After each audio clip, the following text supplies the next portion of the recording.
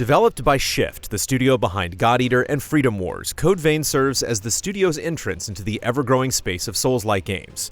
Though it takes a while to get going and elements like level design feel lacking, its story and class system offer enough depth to keep the game evolving. Hello. How are you feeling? The story takes place in a post-apocalyptic world where you play as a revenant, an immortal vampire-like being who feeds on blood to keep from turning into a mindless ghoul. The character creator is impressive and diverse, featuring tons of options to play around with. You can spend a fair amount of time getting your look just right. Then the game begins as you awaken in a ruined city under the watch of a mysterious young woman. After a few mishaps, you meet a group of fellow revenants and team up to uncover the mysteries of the world.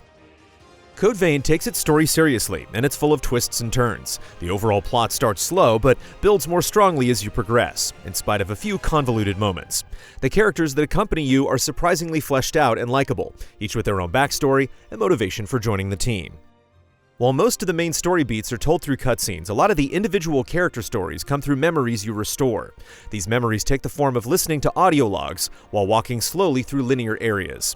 They offer greater insight into the characters, but the pace gets old fast. Thankfully, they're short and skippable.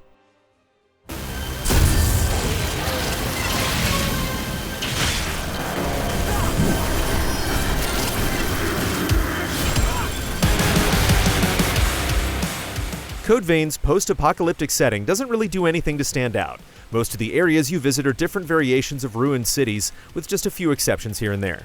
Navigating through these places isn't very exciting either, with many feeling way too straightforward or repetitive. Some also have a tendency to drag on for way too long. The environments and layouts improve as the game goes on, but it takes quite a while to reach these more interesting areas. There's a central hub to return to throughout your adventure simply called Home Base.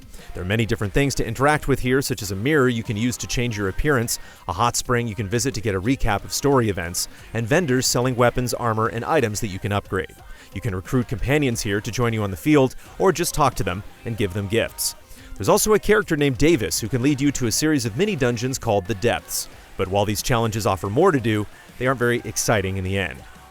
Like many games in the genre, tough encounters and challenging combat play a large role. However, as with other elements of the game, Code Vein's combat starts off feeling simple, but eventually gets more thoughtful and challenging as it continues.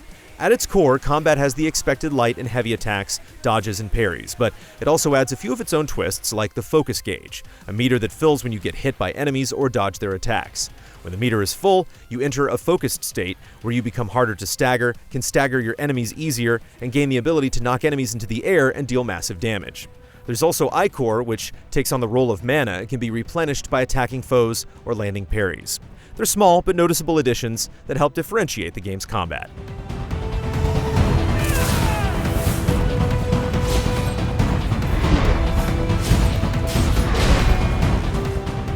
To assist you in the fight, AI companions can accompany you at all times. You can only have one companion with you at a time, and it makes getting through the majority of the game significantly easier since they're more than capable in combat.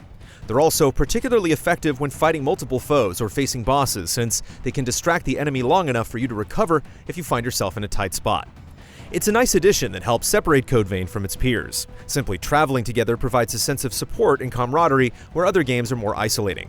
You also have the option to summon another player if you need some extra help, or you can go it alone if you're looking for more of a challenge. One of Code Vein's most unique aspects is its blood code system. Blood codes serve as classes, each with its own individual stats and gifts that provide unique passive and active abilities. When you master a gift by using it in combat, it can then be equipped with any other blood code as long as that class has the stats to use it, giving you the freedom to mix and match abilities with different blood codes. For example, if you want to focus on a melee build, you can still have some magic. Some gifts also require you to find a specific vestige to unlock them, and gifts can be instantly mastered if you have specific items. It's a really enjoyable system that allows for a lot of experimentation and flexibility.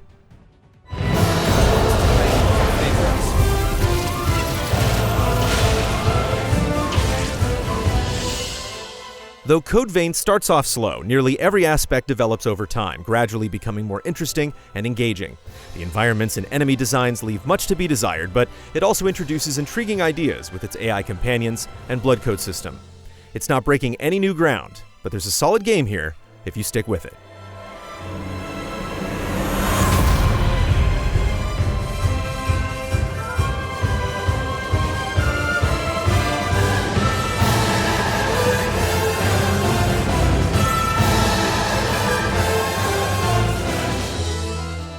Easy Allies reviews are made possible by generous viewers just like you.